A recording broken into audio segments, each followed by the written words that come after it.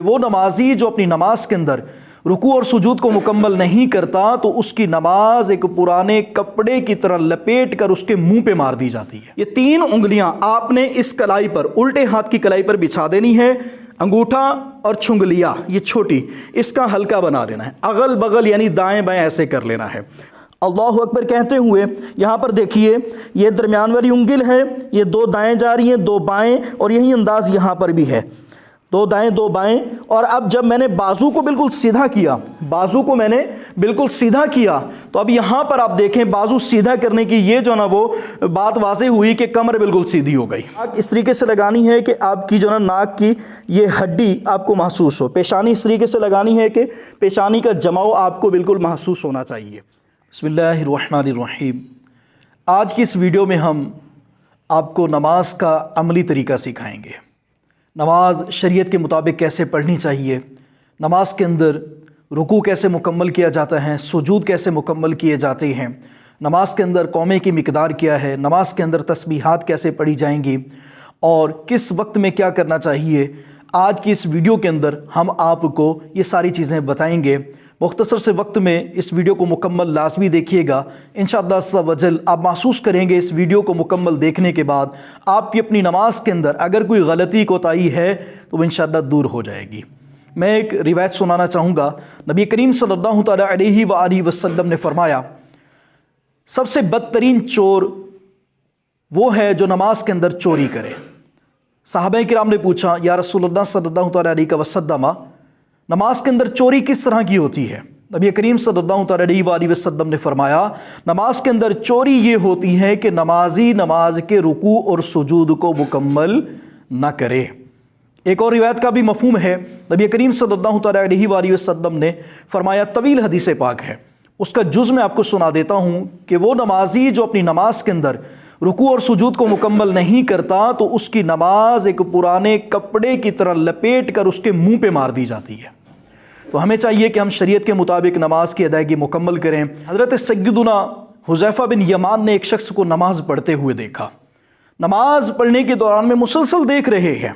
نماز سے جب وہ بندہ فارغ ہوا تو آپ نے پوچھا، آپ یہ نماز اس انداز میں کتنے عرصے سے ادا کر رہے ہیں؟ اس نمازی نے کہا، میں پچھلے 40 سال سے ایسے نماز ادا کر رہا ہوں۔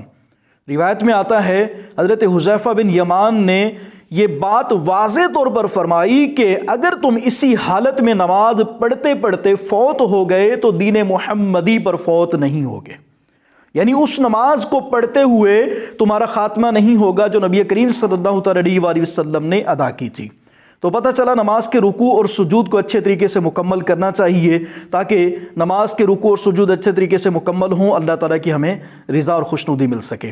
آئیے اس مختصر سی ویڈیو کے اندر میں آپ کو بتاتا ہوں نماز کا عملی طریقہ کیا ہے، نماز کے اندر ہاتھ کیسے اٹھاتے ہیں، نماز کے اندر ہاتھ باندھتے کیسے ہیں، نماز کے اندر تلاوت کیسے کرتے ہیں، نماز کے اندر رکوع و سجود کی تکمیل کیسے ہوتی ہے، نماز کے اندر قومہ، جلسہ، سجدہ، اتحیات میں بیٹھنا، جلسہ کرنا، حتیٰ کہ شہادت کی انگلی کھڑی کرنا، یہ ساری چیزیں آج کے اس مختصر سے وقت میں آپ کو بتائی جائیں گی۔